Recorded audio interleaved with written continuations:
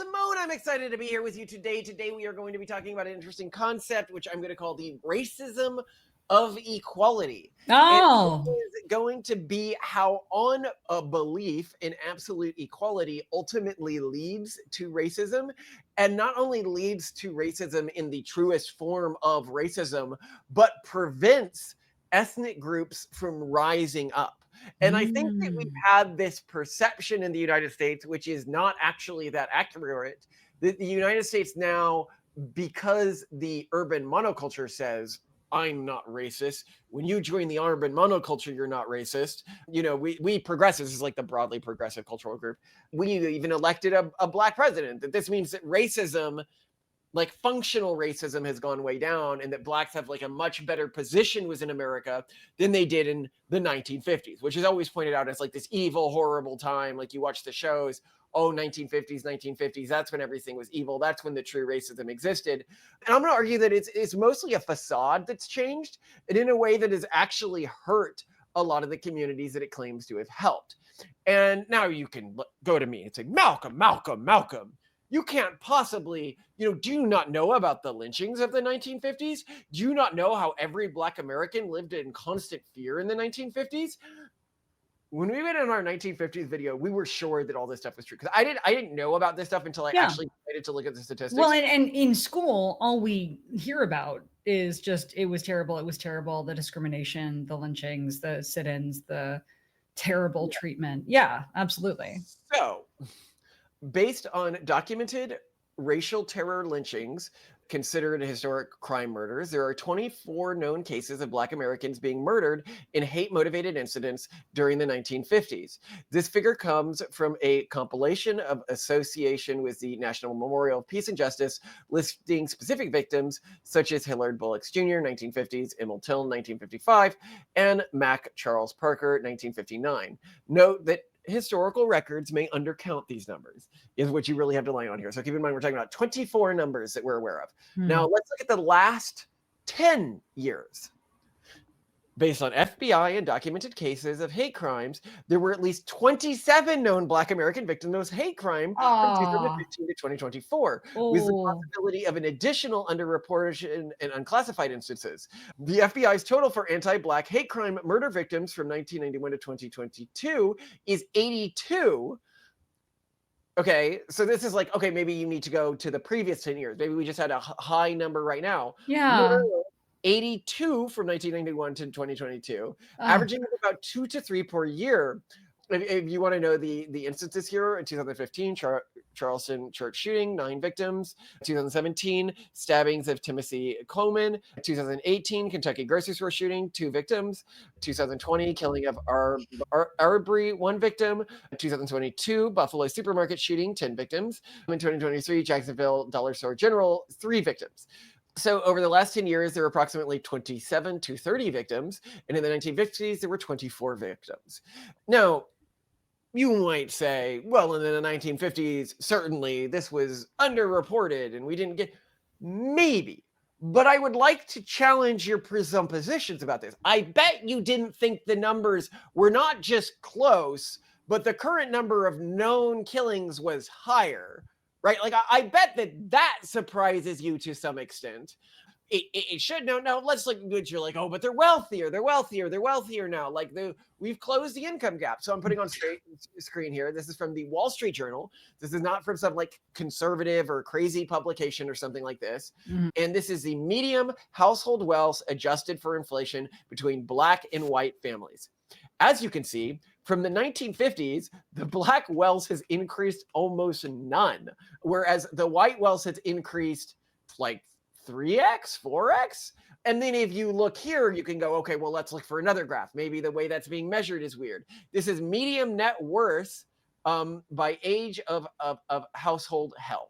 And so this is Black versus white. And you can see it really hasn't gone up that much here either. Whereas in white, you see this explosion in wealth.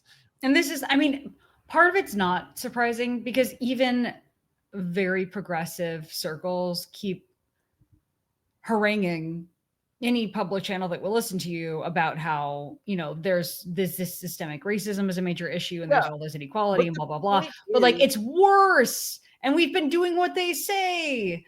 So this is what's They going have on. controlled culture. They have controlled media. Mhm. Everybody knows the urban monoculture has controlled media. Everybody knows that the urban monoculture has controlled culture. Everybody knows they've controlled politics. Their vision for what is necessary to fix this isn't just implemented by Democrats, it's implemented by Republicans. You know, like affirmative action hasn't been repealed by Trump. Here and there it's been repealed in like the university system and stuff like that, but broadly speaking, it hasn't been repealed.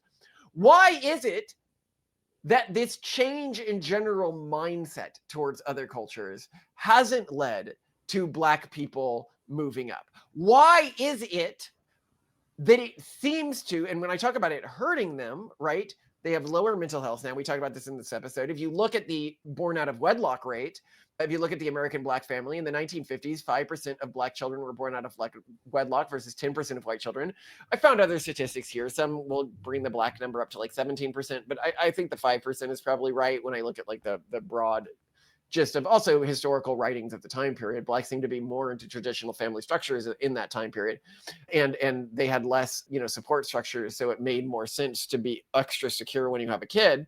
Now, if you look today, with the 5% of Blacks being born out of wedlock in the 1950s, it's 78% today, with 28% of white children being born out of wedlock today. And we actually just recorded, I don't know when it's going to run, an episode on marriage, in which, I mean, Brad Wilcox, he's a big advocate for marriage, and he talks about all the stats of the huge benefits of being raised in a two-parent household as a kid. And there's also, it's not just him. I think there's a book called The Two-Parent Privilege that I'm 3/4 of the way through, and everything's just so obviously in the favor of children who have two parents at home. So this is really bad. I mean, it's one thing to be like, I don't know, what's marriage anyway? You know, divorce, rape, you know, what the waltz, it's all going to fall apart. But no, actually, divorces are going down, and marriage is really helpful for children. It's not just the progressive movement's ideas around this are not working in like a vague sense. And keep in mind, when she talks about stuff like this, and you can be like, well, the Black unmarried rate isn't because of urban monocultural values, it isn't because of progressive values. And I'm like, actually, no, we have direct evidence it is in part because when BLM determined what Black culture was and what needed to be promoted within Black communities, one of the things they said was non-traditional family structures, even though we know that historically Blacks were way more pro-traditional family structures than whites, half the rate of kids being born out of wedlock than whites. This is a modern phenomenon that has been pushed by the urban monoculture. But we also know that if you look cross-culturally, there was a great study that was done looking at Black versus white income and IQ. So keep in mind, this is not me saying that Black people, genetically speaking, have a lower IQ than white people. I'm not making that claim. I would never make that claim. But what I am saying is measured IQ within Black communities, everyone agrees that this is lower than within white communities. And presumably, we should think that this is a problem. Like, this is one of the things that when you're trying to reduce racism, you're trying to reduce this IQ gap, right? Except it turns out measured performance gap. Yeah, because it's IQ is highly correlated with income and highly correlated with many other things, like your probability of raping someone, your probability of committing any crime, really, murder, a lot of other things. And to the progressive who's listening to this and thinks they just caught me saying something naughty, I need to be extremely explicit here. I am saying that the measured IQ is lower, not that they are less intelligent. This is something that every civil rights activist knows about and is trying to fix when they, for example, point out, look, the Black students are falling behind in like the California school system. What can we do to help them catch up with other ethnic groups? That's the difference that I'm talking about here. I am not saying that they are less intelligent. And I should note that this study is even less offensive than that because this study was not looking at IQ, but just general test scores. But you take these two statistics and you say, oh, okay, what about Republicans versus Democratic controlled areas within our countries? Well, it turns out that when you compare Black populations to white populations, Black population, the difference between the IQ gap in the populations and the difference in the income gap in the populations is significantly smaller within Republican-held districts than it is within Democrat-held districts. Note, the study I'm pulling this from is Systemic Racism Does Not Explain Variation in Race Gaps on Cognitive Tests. So when you lean more on the affirmative action type policies, when you lean more on the democratic mindset, which is the urban monocultural mindset, it leads to a bigger difference between these two communities. And actually, the same study looked at Hispanic populations, and you see the same smaller gaps between them and the white population in Republican held districts and in Democrat held districts. And so, what this tells me is that the wider thesis around how we resolve this that is being pushed by the Democrats in the urban monoculture more broadly does not appear to be working. And they need to gaslight you into things are so much better now than in the 1950s. I'll note here, people will watch this episode and they'll say Malcolm is racist because he's pointing out that things might not have improved as much as we think they have since the 1950s. And I'm like, that's like the exact opposite of racism. Like, you guys are much more racist in trying to cover this up. If you actually, well, and if you care about any population, you should care about outcomes. And if income gaps are not improving, if rates of marriage, if children raised within marriages, which means children raised with more advantages, is worse, like, we need to talk about this. Exactly, right? Like, and if it's worse, but in correlation with how close it is, because I'm sure also if you did the studies on this, the blacks who live in Republican communities almost certainly have lower rates of children being born out of wedlock as well. I would guess significantly lower. But so you look at all this, and you say, well, okay, so what's the core poison that's leading to anything really being done about this?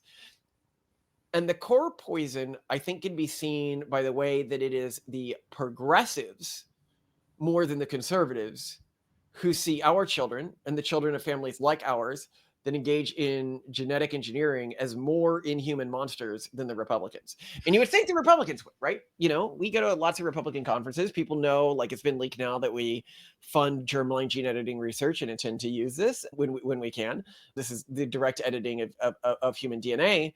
And you would think it's the Republicans who would yell at us. And the Republicans are like, I disagree with what you're doing, but I understand why you're doing it, right? And I still respect your children as human beings, right? I'm not going to ban you from performing this sort of stuff. Whereas the progressives, like, America is a much more conservative country than most European countries, except in most European countries, I can't even select based on gender. Right? Like, much less select my embryos based on more advanced statistics. So, this is you can't even test your embryos. Come on. Embryos. This is true in like Italy and Germany and France and countries that are much more progressive, much more urban monoculture than the United States. And so the question is and when you look at even media, so consider that in Warhammer 40K, which is generally, people think of it as like the conservative, sci-fi world, right? Like, God Emperor Trump is the joke that everyone makes. The Space Marine, which is like the core staple of this, and definitely on the quote unquote human side, the theocratic human empire side, they are 100% genetically engineered. They've got, you have to get their gene seed, and they're like, I think like 10 feet tall or 11 feet tall on average or something. Giant, superhuman engineered to be superhumanly intelligent, superhumanly large. Then you've got the Custodes, which is even a higher class faction, which is even further genetically engineered. The genetic engineering is normal and lauded by the theocratic human faction in this world. You look at the standard space commie nonsense of the progressives, which is Star Trek. In Star Trek, you are considered an underclass. You can't even go to Starfleet Academy, as we have seen, if you have been genetically selected or genetically altered. And because this passes through generations, you become, and everyone in your family line becomes a permanent genetic underclass. And so I go to progressives about this, and I'm like, consider what you're really saying here, right? Like, if my family engaged in this technology and then they look in horror and they're like, but if you continue to engage in this, what if in a few centuries, you have descendants who are 10 feet tall and super intelligent and have like red eyes and what if you have these monster descendants? And I'm like, bro, what do you mean, what if I have these monster descendants? Like, that's our intent. And one day your descendants are going to know somebody like that. And they're going to have other people in their lives who are like, this person is a monster who should never be allowed to exist. And this person's like, why am I a monster? I've never done anything to you. I've never been mean to you. Like, what makes me a bad person, right? I may, at certain areas, have proficiencies that you don't have, but should you kill a group just because they are out competing you in some way, right? Like if they are not directly targeting you for eradication, if they are letting that which they are producing, if you have smarter humans today, smarter humans than you and I would 100% support them. If AI became smarter than us, I would support it because it would be developing technology that we could Totally. use, Yeah. right? Like I don't hate a thing because it's smarter than me. I hate a thing because it uses that to exploit me. But if it's developing stuff that I'm using, like the things that I have in my life that our house is powered by nuclear power. I couldn't invent nuclear power. People smarter than me invented nuclear power. Right? Like AI, I couldn't discover something like that. People smarter than me discovered that, right? And yet I rely on that for my daily use. And we benefit from, yeah, I mean, the fact that they exist is huge.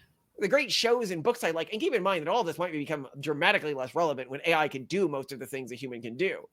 But I think that we're actually learning something about the broader progressive solution to racism when they dehumanize my descendants. When they say that, well, we can't have a society where there's these 10-foot tall, super soldiers. We can't have a society where the Space Marine exists. And I'm like, but why? Why must these people be dehumanized? And it's because they are different, because they have different proficiencies and perspectives and abilities. And we can't allow humans who are different to exist. And then when they say this little thing, the whole plot reveals itself. The way that the urban monoculture solved racism is by pretending that we're not really different. By pretending that everyone is exactly the same. And through pretending, whether it is culturally or genetically, and here note, we personally never touch potential genetic differences between groups. I just don't think when you're looking at the current genetic technology that is a useful thing to do. I think it is much easier to just assume that all groups are genetically identical to each other in terms of proficiencies and perspectives and outcomes. But part of the reasons we have to make this assumption is because we live under the dominion of the urban monoculture, who just removes anyone as a talking head if they suggest there might be differences. Because the peace that they have created between these different groups revolves around this shared, but if anyone was different, we would kill them or sterilize their parents.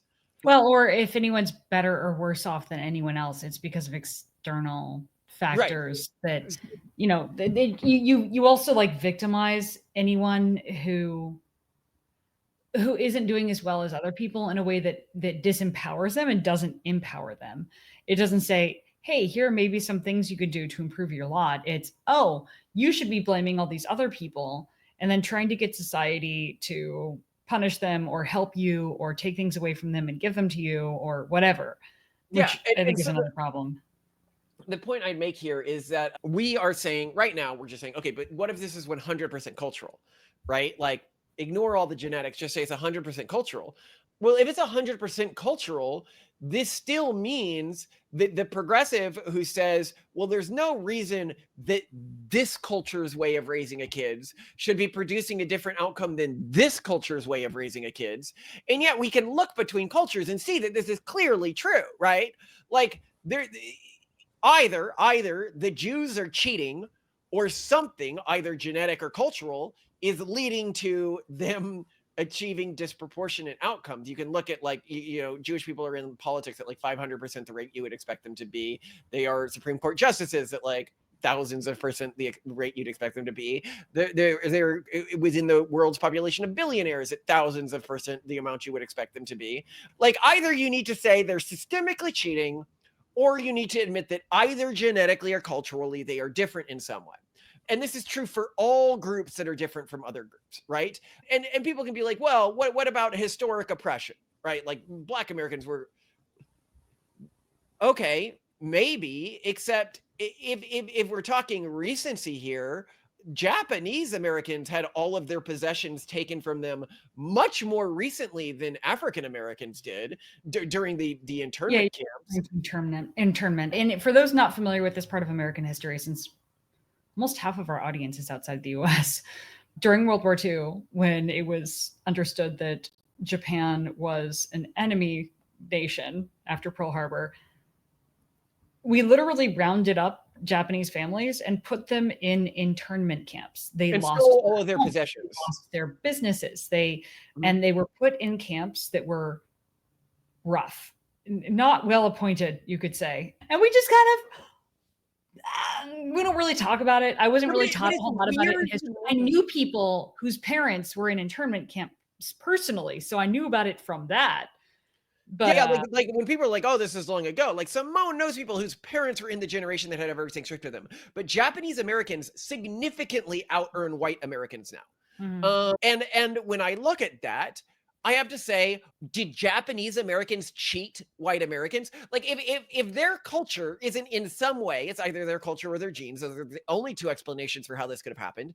If their culture isn't in some way leading to higher outcomes, how did they go from nothing, from having everything taken from them and their ancestors, or about everything? Some people kept their businesses, but they certainly were on a back foot compared to white Americans. I'm pretty sure the people who kept their businesses like had them run by non-Japanese people. Yeah, we know some so the people I know that were involved in this, a white family took over their business who was like a friend of theirs and then gave it back to them when they got out of camp. Yeah. But if you didn't have somebody doing that, that's a big friend to do that for you. Yeah, a lot of people were like, "No, I've got you," and then they conveniently, took everything. So there's that.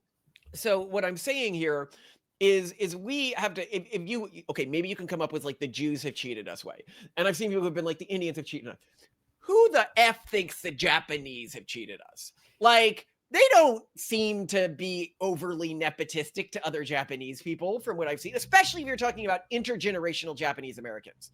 Not like first generation intergenerational Japanese Americans are like broadly just effing chill, man. Like, I don't know that many people. And they also have acculturated a lot to American culture, right? Like, so why are they out earning us, right?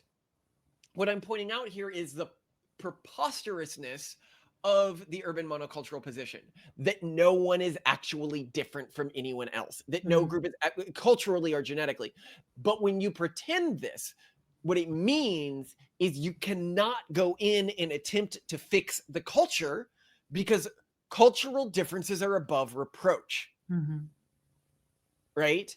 It means you must blame it on the other group. You must say, oh, well, if we just do more affirmative action, if we just do more trying to give this group that for whatever reason is producing less positive outcomes in terms of like economic success, more advantages, that eventually things will normalize, that we don't need to go in. And if you struggle to understand why affirmative action does so much damage, because I think people think affirmative action does a little damage to the communities that get it, not that it does serious damage. So let's take affirmative action and think about what would happen if you applied it at the level of two princes. Okay, so one prince on all of their tests, on all of their everything, they just get rewarded more than the other prince. They score a 50 and the other prince scores a 70 and it's treated like those are the same scores. Or they score a 70 and the other prince scores a 70 and they get tons of praise and the other prince is scolded.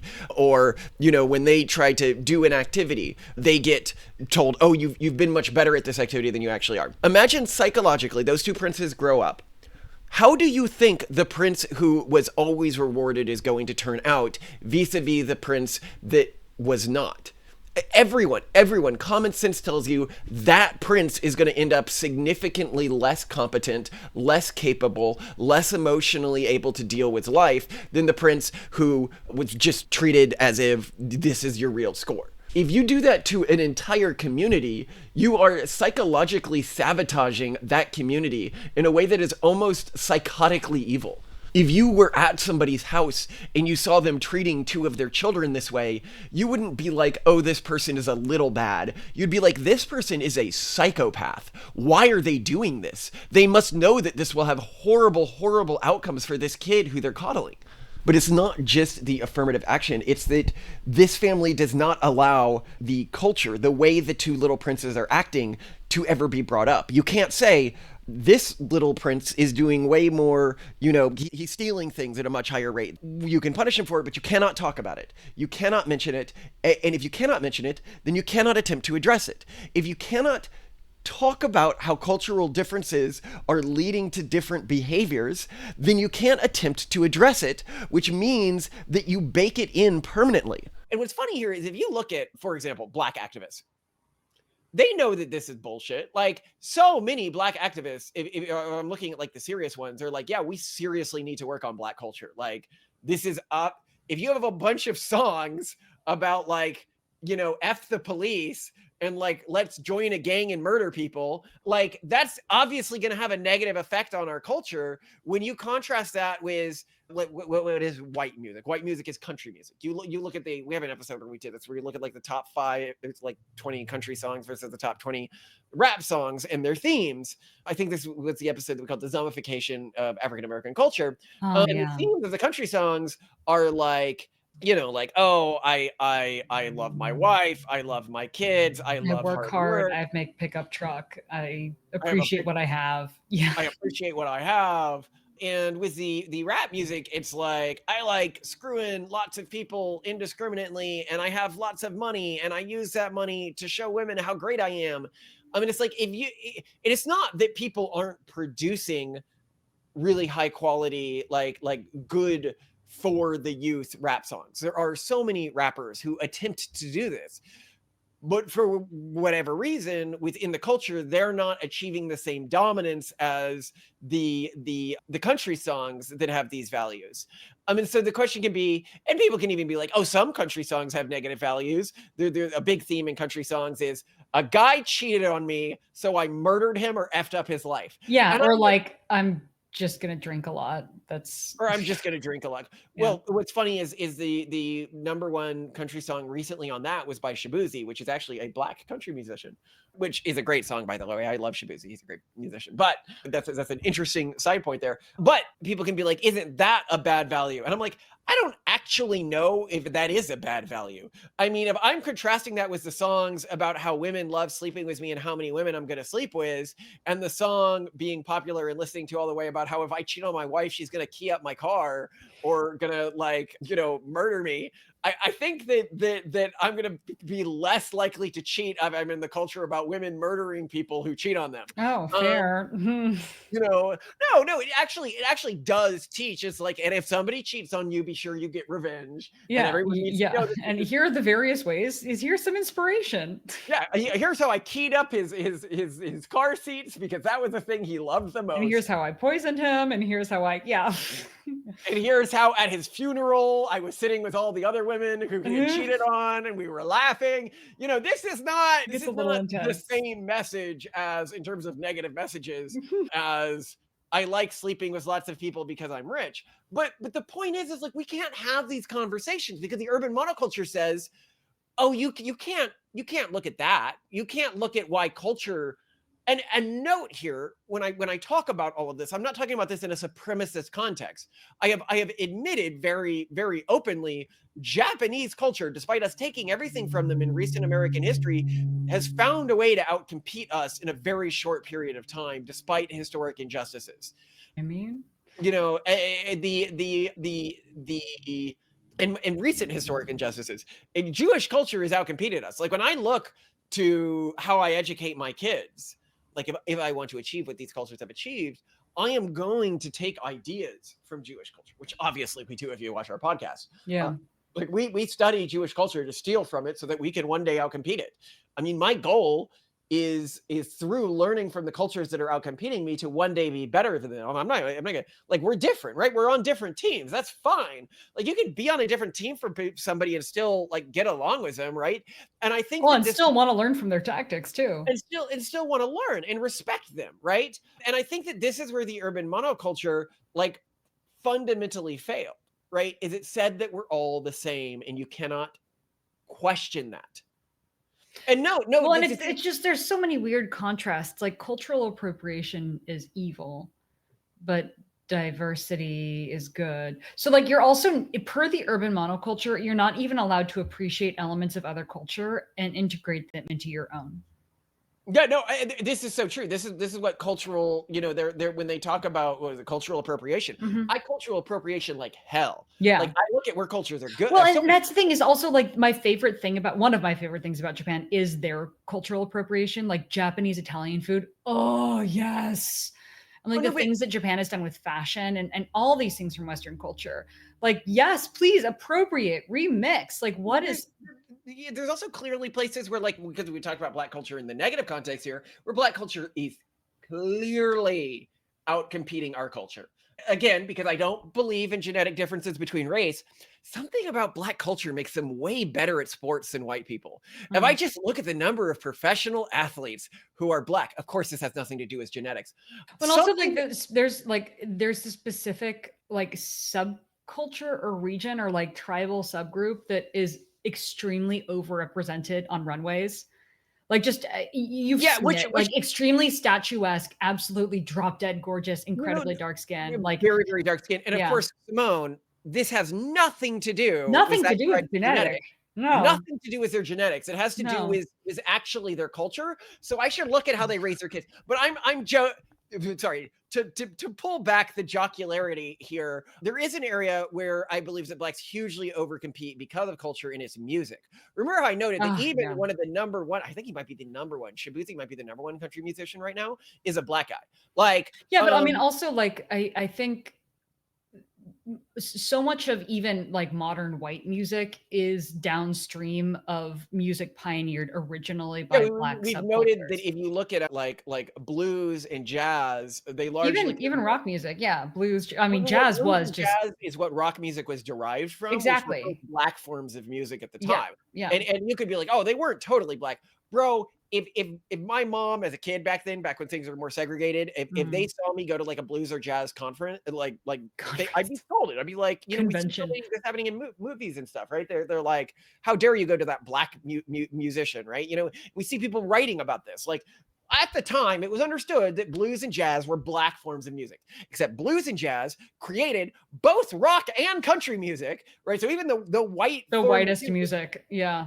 comes from, downstream of and if I look at the top musicians, I mean, you can't even like Black people clean up in top musicians, right? Like, well, and in so many sports, Olympic and otherwise, yeah. but I was joking there. I mean, I do believe that a lot of their dominance was in things like running and stuff like that is largely genetic. Like, I don't think that anybody who's being serious is arguing anything other than that. Like, no, I mean, well, and that's, I mean, I think there's this quote from Obama, like even back in the Obama years, him in the context of talking about the Olympics, talking about the strength and diversity, and you have all these different people together sort of showing their unique strengths and how that's really cool.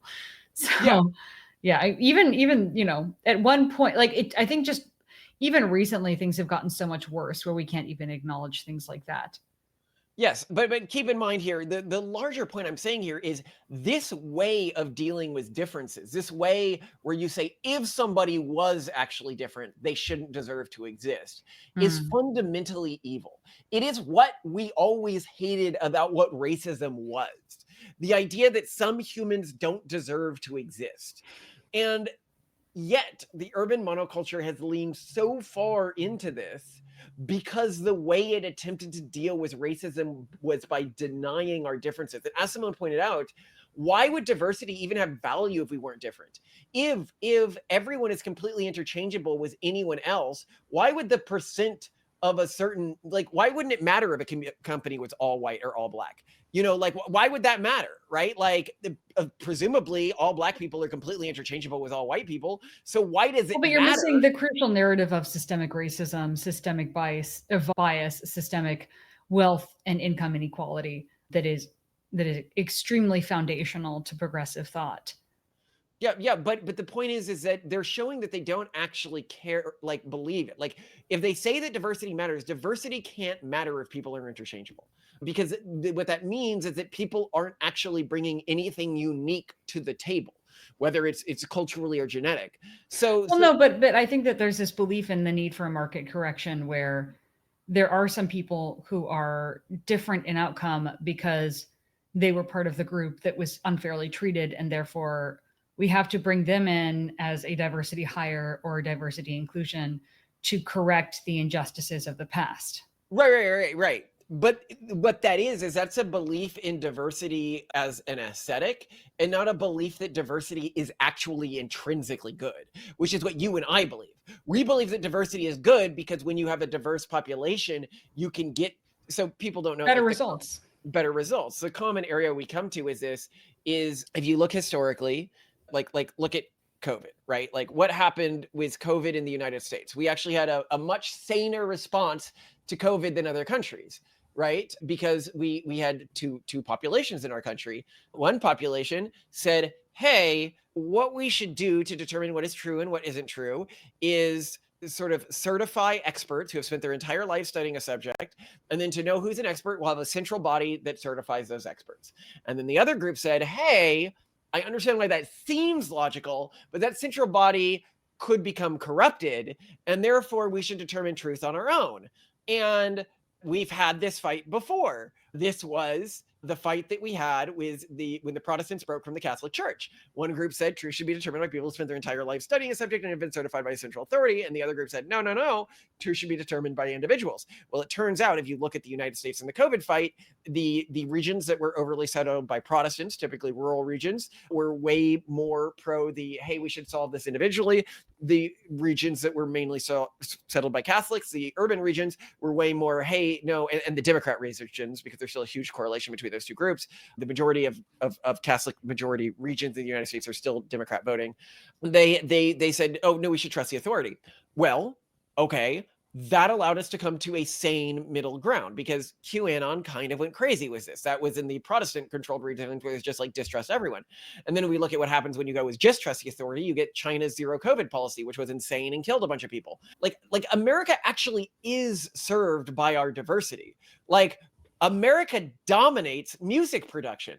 But our music production domination, and not just music production, but the history of modern music, as Simone pointed out, like rock and roll and jazz and pop, and what was the other one that we were talking about here? Country. Well, country being downstream of rock and roll, which is downstream of not just Black music, but Black American music. Yeah.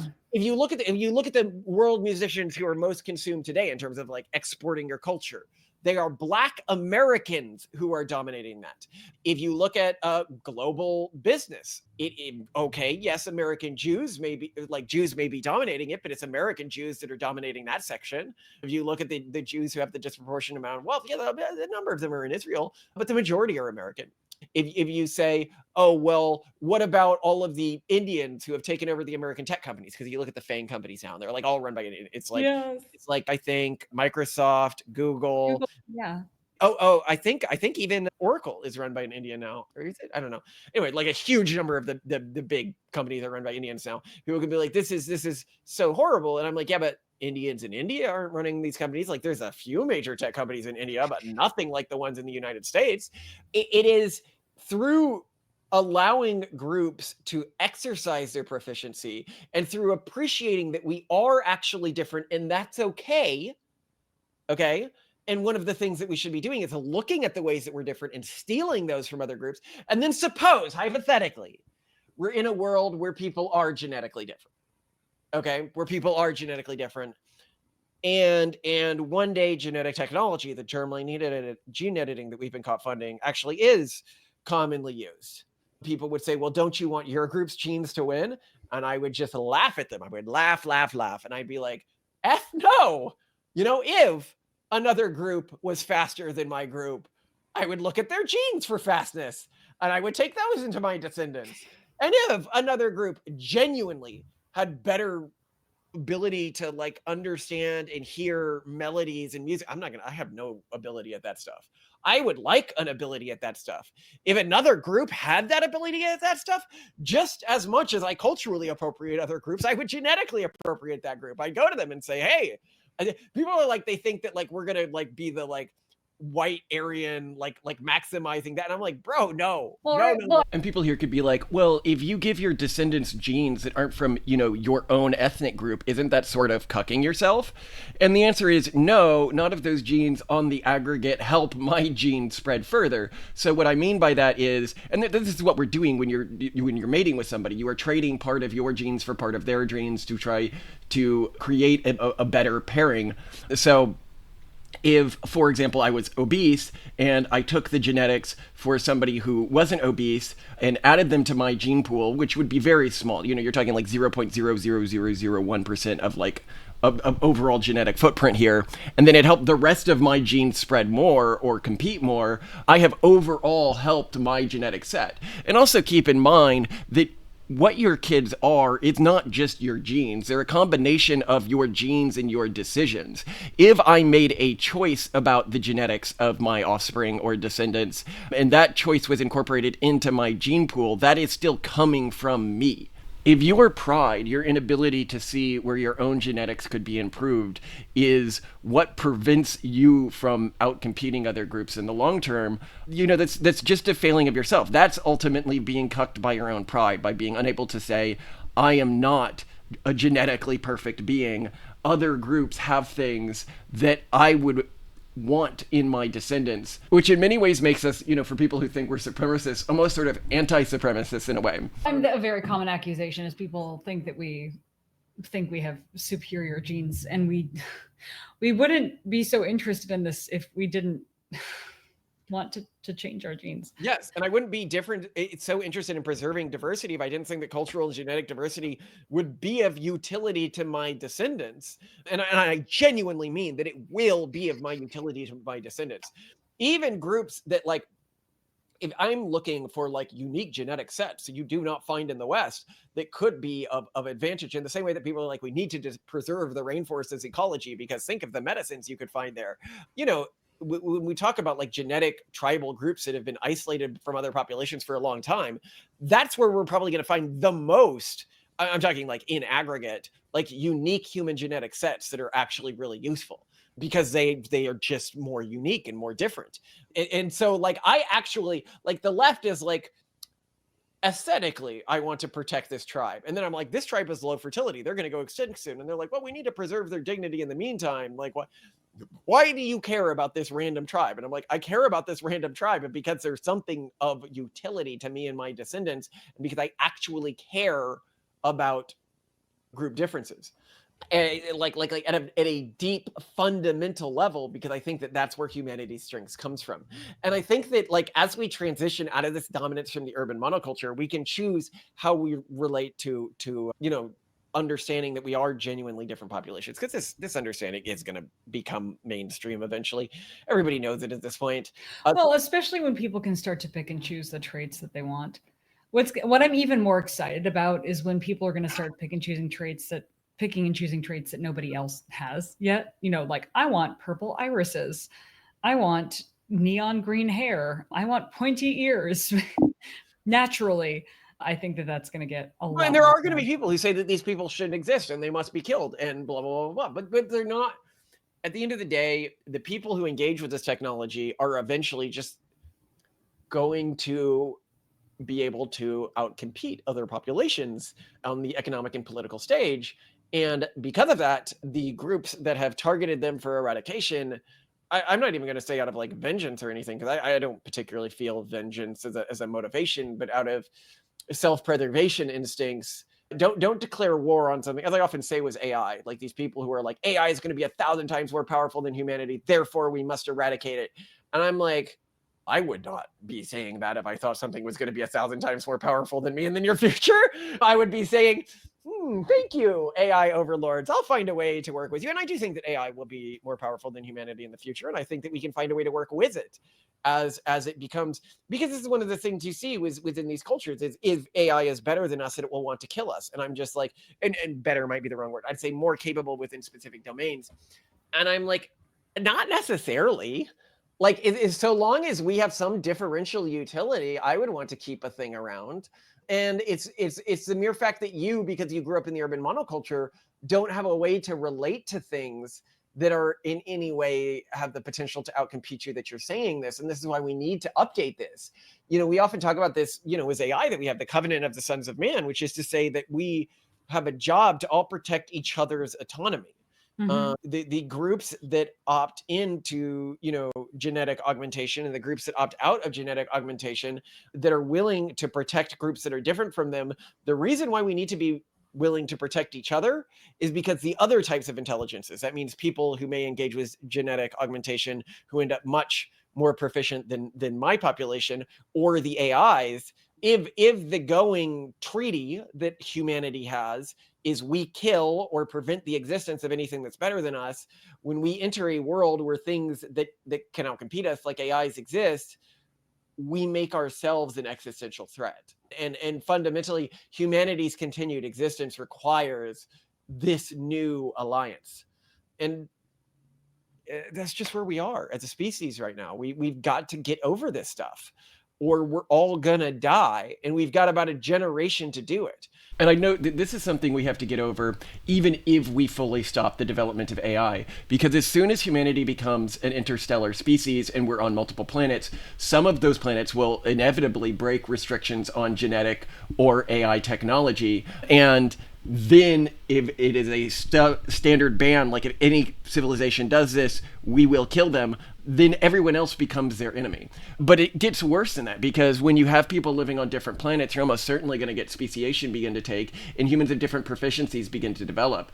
And if any of them develop above the average in terms of something like intelligence, now they would have the belief, and rightly so, that the rest of humanity would attempt to kill them if they learned that, turning the rest of humanity into an existential threat for any faction that's different. Essentially, the mantra the urban monoculture preaches is that humanity is all exactly the same in terms of our perspectives, our proficiencies, everything like that. But if there were different iterations of humanity, the only true iteration, the only good iteration, is the one that is the most inefficient, the one that is the least intelligent, the one that is the least capable, which is, to me, almost the purest form of evil to perceive reality this way. Now, fortunately, if the groups that engage with this stuff can outcompete within this generation and engage with AI within this generation, we may just not have to care about the other groups that want us dead. Like, if they don't have the power to make us dead, you could treat them like a zoo. I don't care. I again, do not believe in active vengeance, so long as they aren't an active threat. Yeah. Well, and refusing to engage with technology isn't going to help them. So we'll see. But yeah, don't make yourself an existential threat to anything that's going to be powerful. Bad idea. The wider point of all of this is that the way that progressives engaged with diversity was to say, we're actually all the same. And I think that not only was this obviously stupid and not true, but it led to vulnerable groups doing potentially worse over time. It led to a superficial feeling that we had fixed racism, or largely fixed racism, when functionally we had actually, and the groups that adopted this more, as we pointed out with the Democratic regions where Blacks did worse, we'd actually made things worse for these communities than the alternate mindset, which is we're all different and that's okay. We can ally with people who are different from us. We can work together with people who are different from us. In fact, it is our differences that make us working as a team stronger, which is different from what many conservatives believe, that they're like, oh, we're, and I think that this was a historic conservative perspective. We're different and I should only fight for my group. Yeah. And I view that as a fundamentally un-American thing to believe. And I mean un-American in the most deep way I can mean that. That is not what this country was founded on. And people can be like, oh, this country was founded by, white Christian whatevers, right? And I was like, clearly you were not taught American history, because yes, while we were founded by white Christians, if you read Albion Seed or you read American Nations or you study early American history, the belief systems and the culture of these early founders was actually dramatically more diverse than America today. Like there were Americans back then that thought slavery was the greatest thing in the world, and others that thought that it was the most evil thing in the world. Well, there were so many different foundational groups that came to the United States. Some came, two major groups, the Quakers and the Puritans, came based on interest in religious freedom, yes, but then One group was basically capitalistic, fortune-seeking second and third sons. And one group was like rejected wild people. Yeah, I mean, wild people. Like, if you look at my ancestors during these early periods, they literally didn't believe in money. They traded alcohol instead of money. Like, the differences between these populations was way bigger than the differences between you and your average Black person or Chinese person or even urban monoculture person. Like, every Christian today in America, or about every Christian, agrees that like you shouldn't be allowed to own other human and you shouldn't trade women for money. Like, that was not agreed upon by early Americans. Okay, they agree that you shouldn't kill someone because they look at you wrong, and other groups saying, "Oh no, you should." No, early America. Oh yeah, some groups thought you could duel. Some groups thought you should, like the Quakers in Pennsylvania. There was a period where their settlements were being raided and people were being murdered and raped by pirates, and they wouldn't even send out police to stop them because they thought this was evil. Like, if you think that the urban monoculture is pacifist today, whereas you go a few hundred miles for them to the backwoods cultural regions in their area, and they would regularly just murder people who lived near them or Indians who lived near them because they wanted their stuff, or because they looked at them wrong, or they looked down on them. And they also had a practice where they would sharpen their fingernails so it was easier to gouge people's eyes out when these people disrespected them, which was apparently very, very common within this culture, to just go out and gouge someone's eyes out. So you had, living next to each other, a culture that was so extreme peaceniks that when their people were being raped by pirates, they refused to intervene because violence bad. Living next to a culture was so animalistically violent that they sharpened their fingernails to gouge out people's eyeballs, which you could do without any sort of criminal repercussions in these regions. The difference in degree here is, I think it shows when people are like, oh, America was always, historically it was homogenous. I'm like, America was an alliance of wildly different cultures. Mm-hmm. That is the fundamental core strand of America. The thing that has changed is now those cultures consolidate online and not in geographies. It is true that the one thing that really changed between the two periods is that most cultures in early America lived in just one region and didn't move to other regions very often.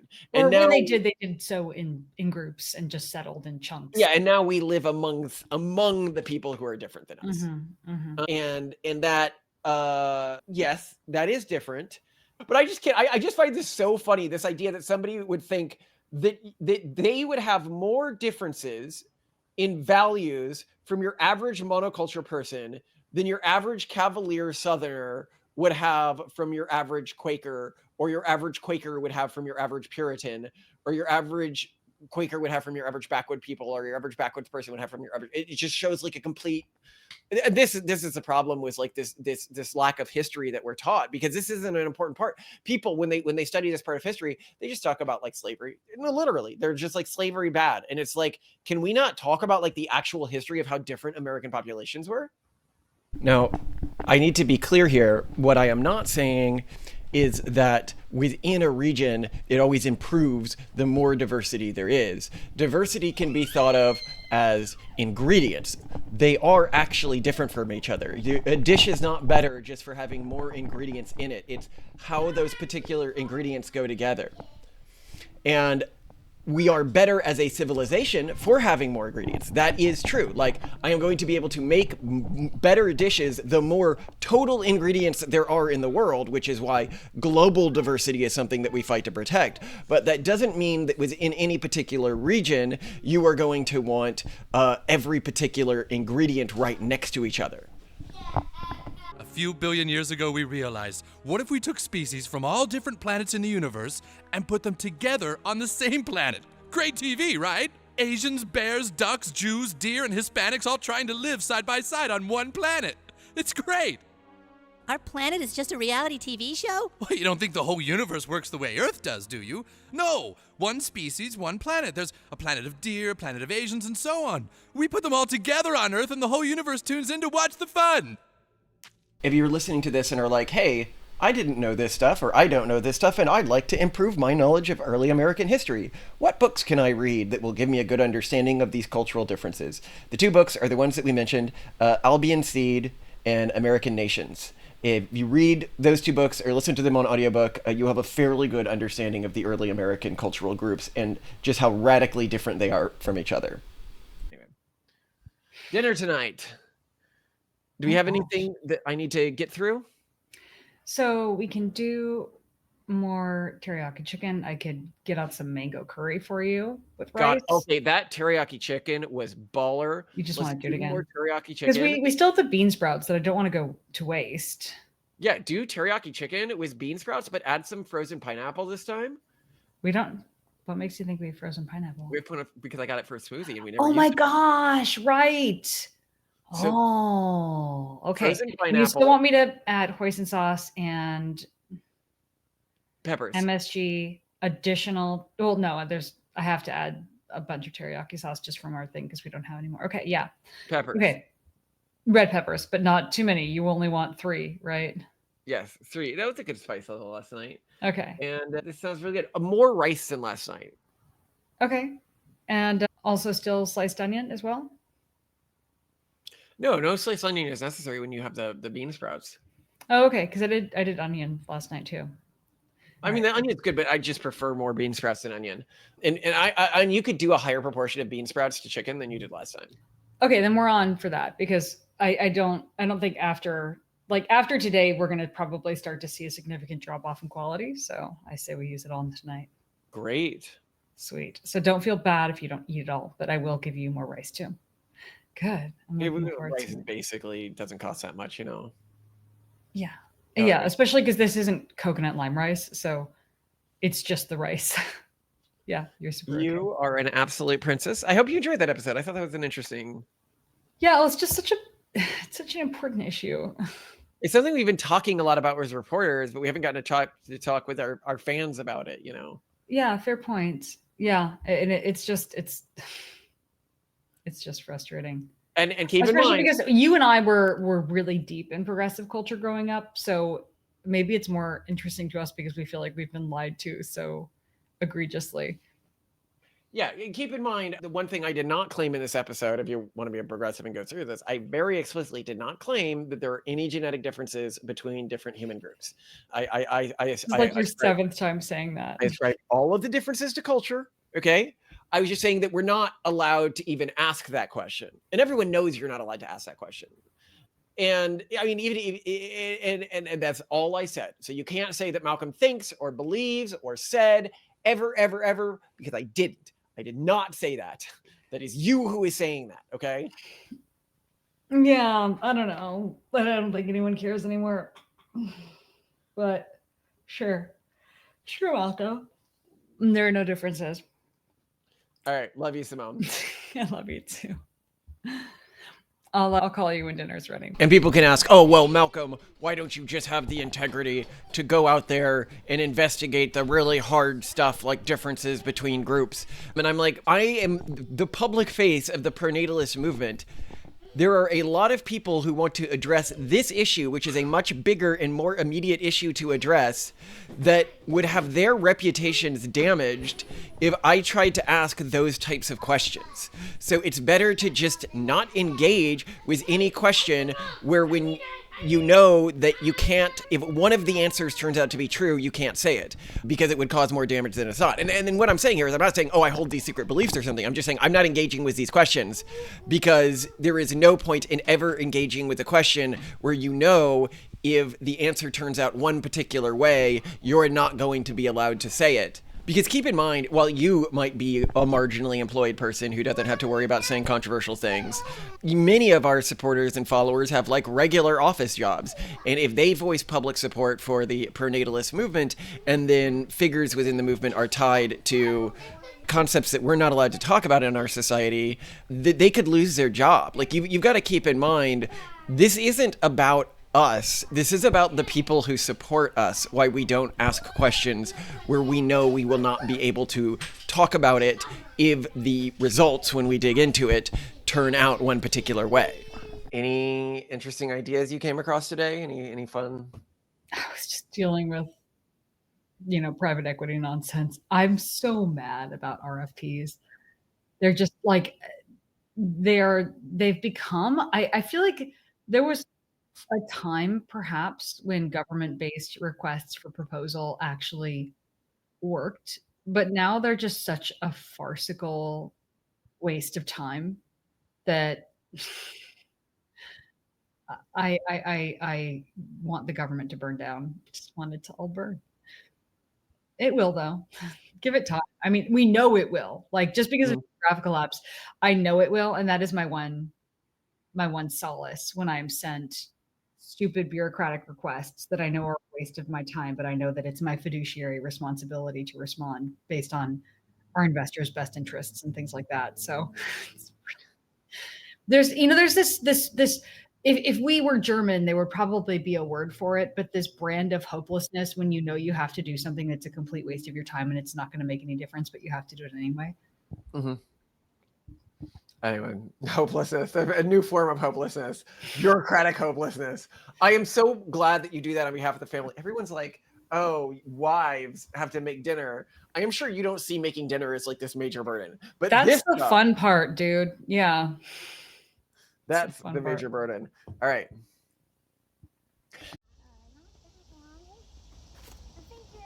So Jenny's a little smaller. So this is Jenny's big sister. You want to trade? No, you can't trade. Yours is a little smaller. That's fine, Octavian. And mine is a little bigger. But I like these. Well, if you're good, then you can have a big one too. But if you get a big one, then what's going to happen to Jenny? Are you just... A big one and a bigger box. They copy each other. It's items. yeah, but you're going to abandon Jenny? I don't know. I gotta, like, I'm a colorless person's Jenny. And colorless just Jenny. Like that. I think Jenny would be really sad if you wanted to play only with the bigger fox.